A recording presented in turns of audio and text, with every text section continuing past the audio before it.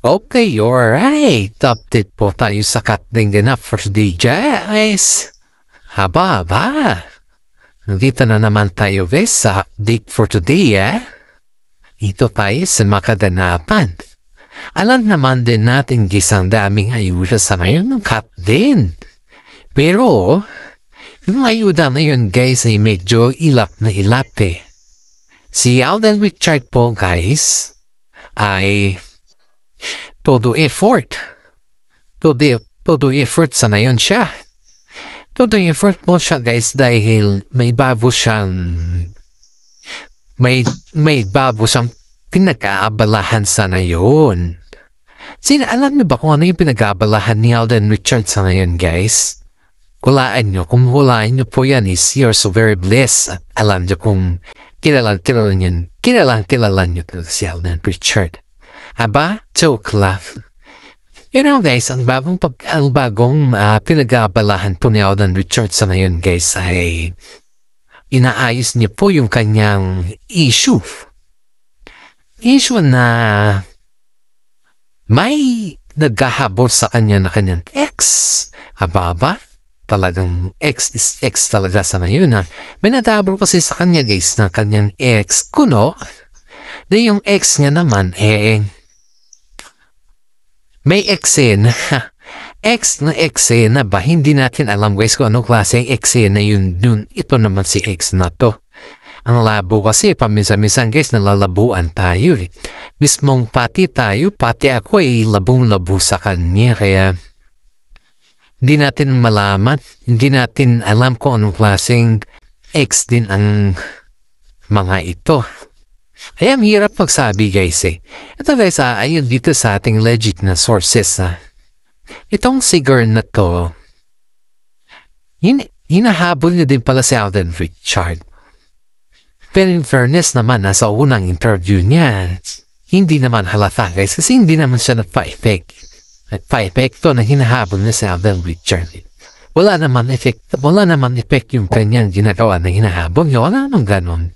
Kundi parang sinasabi ko lang to dahil I just want you to know na naging ex ko din sa Alden. Parang kumbaga lang pahaktiyaw lang yung kanyang tira kay Alden Richard. Ito naman si Alden guys dahil papkyaw yung kanyang tira. Aba, halos sobrang bait naman ni Alden sa kanya guys. Hinayaan niya na lang muna.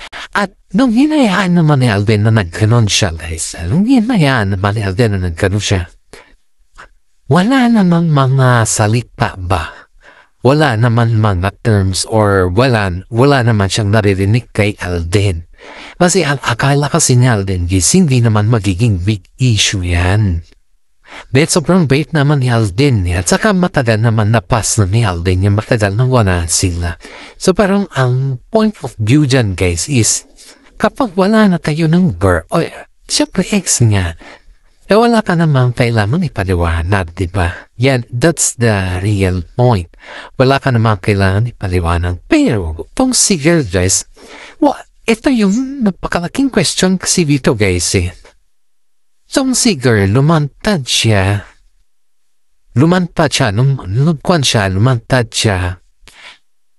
Pero sa anong rason? Ito yung palaging sinasabi or mga tinatanong sa kanya na, bakit lumantad ka lang na yun? Kung talagang may intention ka, dapat noon ko pa lumantad dahil hindi naman alam na Alden kung ano yung rason mo kung bakit ka lumantad sa ngayon, diba? Kahit naman siguro sino guys, hindi nga alam kung ano yung reason niya bakit siya lumantad sa ngayon. Kaya ang daming nagsasabi guys na mas nagugustuhan nila si Alden Richard. Mas nasa panig nila si Alden Richard dahil itong girl na to, ngayon lang siya lumantad, alam naman na makaramihan na si Alden Richard ay sobrang sikat sa ngayon. What's the point? Yun yung gusto nilang malaman dito sa girl na to guys. What's the point why Why ngayon ka lang lumantad? What's the reason behind that point, diba na ngayon ka lang lumantad? Yan yung mga sinasabi nila dito, guys. Kung tutuusin naman natin, guys, kung kayo naman yung nasa kalagayan ni Alden Richard, ay may point naman ng mga netizen kasi wala namang purpose na lumantad kay dahil ex ka naman as long as pag may anak kayo, diba? Yun nga yung mga tinatanong dito, guys, na hindi naman, ang dami nagsasabi ang dami nagmamarites sa ating comment section na si Alden Richard daw ay may anak na. May anak na daw sila ng kwan na to or something else. At ito pa yung depression ni Alden Richard sa kanyang interviews, counted daw siguro dito. Guys, yung kanyang ex. Counted daw dito sa kanyang ex. Hindi kasi tayo yung, kumbaga guys, mismo sa kaibigan ni Alden Richard to Hindi kahit pala kaibigan mo si Alden Richard kasi hindi pala siya nabuokin ng privacy. Yun yung masama Yun yung masama dito kasi ang ini-expect mo is may privacy kayong dalawa. Ang in-expect mo is yung okay lahat. Parang ganun ba yung nagkaintindihan kayo or very close kayo kasi may privacy kayong dalawa. Yung kaibigan mo siya, tinuring siyang mapalig na kaibigan and at the same time, ganun din naman sa sayo. Parang yung closeness, hindi pala ganun si Alden, guys. Hindi pala siya very close na close siya sa mga time siguro naman pero pagdating naman siguro sa privacy distansya na yun. Distansya sila kay Alden Richard pagdating naman sa privacy. Kaya maraming mga netizen po ang nagsasabi na si Alden Richard ay masyadong matago. Matago means kumbaga, he is masekre po. Kaya, mga kasama niya sa showbiz guys, hindi naman nila akalain na may ex pala si Alden ng ganun Nabibigla na lang daw sila kung ano daw yung nangyayari. Ang daming nasasabi na, totoo ba yan? Parang nabibigla na lang din sila. At saka pati naman tayo guys. Mismo tayo is nabibigla din tayo kung ano yung nangyayari, di ba? Sabi namang iba na let Alden fix it kasi nasa tamang edad naman na si Alden. Sabi naman ni Mami Min na let Alden fix it also. Yes, every time kasi guys, ito yung ating kwan ito guys. Every time kasi guys, wala naman talagang alam si Alden. Wala siyang alam na ganun magiging result ng mga mangyayari. Kapag alam naman ni Alden yan, then why naman na hindi naman natin siya susuportahan, diba? Pero hindi naman alam ni Alden, guys, to be honest. Hindi alam ni Alden na ganyan pala. Magiging result na. You don't remember. You don't even know it. Ang apala lang naman siguro ng girl na to is there's something wrong if sabihin niya na wala naman siguro masamang tinapay karamihan na. Hindi niya alam na ang mga artista kagaya ni Alden Richard is there always masamang pinapay pagdating sa mga ganyan na terms and English. Natalimutan niya siguro na yung kanyang ex, sabong ex naman niya, okay ex niya. Kalimutan niya siguro na yung kanyang ex isang artista. And siguro yung nakalimutan na guys, kaya yan na yung magiging result sa lahat. Pero ang sabi naman ni Mami Min guys is Alden can make it, sabi niya. Kasi kaya naman daw ni Alden na panindigan ni it's not the word na panindigan na may ginawa si Alden na kababalaghan. It's not like that guys. Kasi yung panindigan kasi nasalita is parang may ginawa si Alden na may ginawa siyang kababalaghan. Pero it's not that way. Yung sinasabi natin na kaya naman niya panindigan, ibig sabihin kaya naman niya resolbahin yung issue na hindi niya na kailangan yung mga ibang tao pa.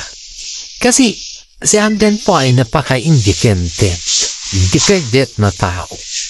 Ang daming nagsasabi na he can prove herself na wala namang dahilan para balikan niya si X. Kumbaga lang, sa dami ng mga sikat sa ngayon, naman, pag sikat ka kasi guys, kasunod kasi yan, ang daming lumalabas na kakaiba din pag ikaw ay sikat. Believe it or not guys, kahit naman siguro yung konti lang yung awareness mo or konti lang yung income mo, kapag kasi ikaw guys is malaki na yung income mo, ang isipin ng mga tao dyan, mayaman ka na. Yan yung mga bracelet ng mga tao sa'yo, mayaman na to. So ikakaingitan ka na or something ganyan, kakaingitan ka hanggang sa dumating yung time na iba na yung inggit, iba na yung point yung inggit nila, hindi na yung kakaingitan kanila dahil ikaw ay may na-achieve ka sa buhay, ganun dapat, diba? Ganun yung achievement. Pero as of now guys, is hindi na ganun yung term ng inggit sa kanila. Kasi pag malaki yung earnings mo, there always a time na sabihin sa'yo na iba na yung terms na iba na yung pagsabi nila na may inggit na sila sa'yo, iba na yun. Hindi na yung pag-appreciate sa'yo or something na gano'n. Wala na yun guys, hindi mo na-expect yun. Ang na-expect mo na lang na yan is yung paano mo kaya sila makikis. Yun na yun. Yun na yung ina-expect mo ngayon. I-please mo sila dahil sa sobrang inggit naman nila sa'yo. Ganun yun. Yun na yung maabangan mo guys. Ganun ka hindi guys. Kaya maraming mga netizen po ang nagsasabi na si Alden Richards sa ngayon ay pinag-iingitan at pinanguma din yan. Kaya expect the worst thing. O ayan na yung expect the worst thing talaga. Ayan na yung nangyari. Ayan na si babae, si girl. In-expect mo talaga na magiging ganyan yung resulta ba? Pero in fairness, kay Alden Richards na hindi naman niya hindi siya nagbuga ng apoy. Hindi siya mahilig magbuga ng apoy. Ibig sabihin nun nang hindi siya mahilig magbuga ng apoy pieces. Kahit gano'n naman yung sinabi ng kanyang ex, wala naman time na negativity na sinabi ni Alden Richards. Hindi siya mahilig magbuga ng apoy. Napaka-detalyan pa rin ni Alden Richards. Guys, kung ipipusin natin dahil wala man lang tayo narinig sa kanya na si Alden o ganito o wala. Diba? Wala tayong narinig sa kanya guys. Kahit isang palakang narinig. Kahit pa ulit-ulitin siguro ni girl na sabihin yun.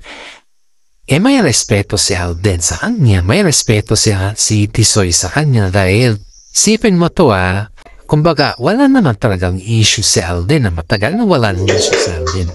Pero dumating lang tong si girl na to, nagpa-interview lang. Mukhang nagpa-interview lang. Tapos ang mga netizen din ang magsasabi na may intention tong girl kay Alden Richards. Pati mayroon ng follow-up na, di ba? Pero wala naman tayo as of now guys, believe it or not, wala tayong narinig kay Alden Richards na siniraan niya tong girl na to or ginakailaman niya tong girl na to. Wala tayong ganon. Wala tayong narinig sa kanya. Sabi ng mga netizen na sobrang swerte ng girl na to kahit pinakita niya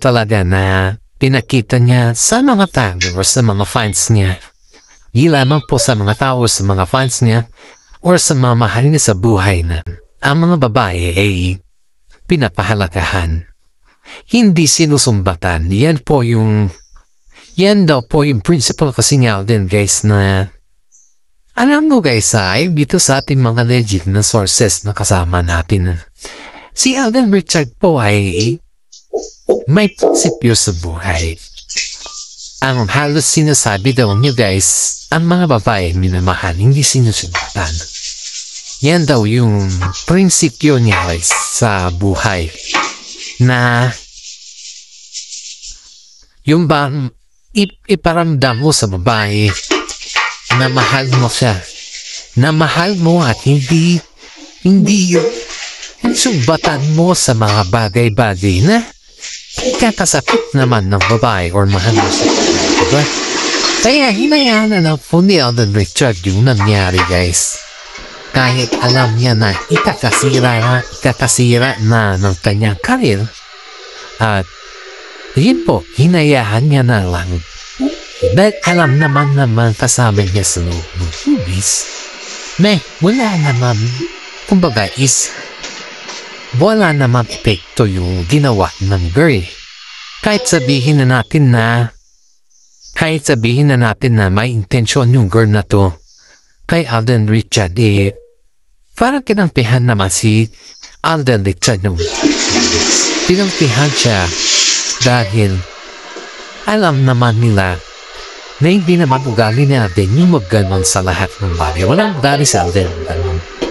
Kaya kitang-kita mo naman yung mga fans na nagsasabi na let Alden face it like that. Let Alden face the truth. Ganyan yung mga kanya sinisigaw. Dahil alam naman nila guys na hindi naman talaga ugali ni Alden na malira ng kapang tao. At sabi nga dito sa ating mga legit na sources ay willing daw si Alden na kusapin tong si ex na para sa ganyan. Wala na daw ibang issue sa kanila. Sabi nga naman ni Mami Ming guys na that is the perfect idea, perfect decision daw na si Alden Richard ay willing na kusapin tong ex niya, hindi niya papalikuran kung ano man yung pagkukulang niya. Kung may pagkukulang man si Alden Richard ito sa ex niya, syempre, obligado naman si Alden sa mga ganun na bagay. Pero yung papalikuran niya at hindi niya kausapin at hayaan, ibang usapan na daw yun guys. Kaya sabi ni Mami Min is, napakaswerte na Alden Richard dahil may naghahabot sa kanya. Aba guys, ang si reaction po ni Catherine Bernardo dito guys ha. Reaction naman po ni Catherine dito guys is, sabi niya na saludo daw siya kay Alden Richard dahil hindi naman niya daw intention na ganun yung mangyayari. Saludo daw siya kay Alden dahil nga napakaswerte ni Alden sa kanya. Wala naman siya nasabing na masamang kinakay kay Alden dahil may tura naman talaga daw si Alden. Saka gwapo naman si Catherine Tapizay guys, kaya wala naman tayong masyadong naririnig naman about kay Tisay kay Catherine Bernardo guys. Kaya kung si Alden guys punong-puno ng blessing. Sabihin natin na punong-puno siya ng blessing dahil pagdating naman kay Catherine guys, wala namang nasasabi si Catherine. Basta importante kay Catherine ay suportado siya kay Alden sa kanyang mga ginagawa as long as na masaya daw si Alden. Yun yung kay Catherine guys yun yung kanyang sariling with her own decision. And yung bang manibawa ba guys is magjowa, diba? Siyempre pag magjowa naman kay Todo pa naman yan. Nandyan yung mga todo alalay, ganun ba? Yung todo lahat ba? Podong todo. Pero ito guys, ibang-iba yung katodohan nila kasi hinahayaan na lang po ni Catherine guys na si Alden po yung mag-decide sa kanya at kung ano naman yung kanyang gagawin ba or mga gusto niya, mga sariling decision, hindi naman po pinapakialaman ni Catherine Bernardo yung kanyang mga sariling decision. Aside from that guys, si Alden naman po is wala naman siyang, hindi naman yung dinideman kay Catherine na, kailangan mo ito, kailangan mo ito. Ganyan, wala naman pong ganon guys. Walang demand-demand na ganon din kay Catherine. Kaya, kumbaga is vice versa lang po sila guys. Walang demand na nangyayari. At wala din yung katatawanan na sales factor na nangyayari. Wala naman pong ganon nangyayari. Kaya sabi ng mga netizen guys is napakaswerte ni Tisway. Kay Catherine Bernardo kasi si Catherine naman po ay magaling din siyang mag-handle ng mga problema sa buhay. At hanggang dito na lang po yung ating content guys. Guys, shout out kila po yung mga senior citizen dyan na nagkopan sa akin na sumusuporta sa ating vlog. Maraming salamat guys ha. Sa mga fans natin dyan din na nanonood, paki-like and share naman po. Lalong-lalo na yung mga senior citizen dyan guys na sumusuporta talaga. Alam kong kayo po yung #1 fans natin dito. Sakat din po, maraming salamat. Paki-like and share naman po yung ating YouTube channel.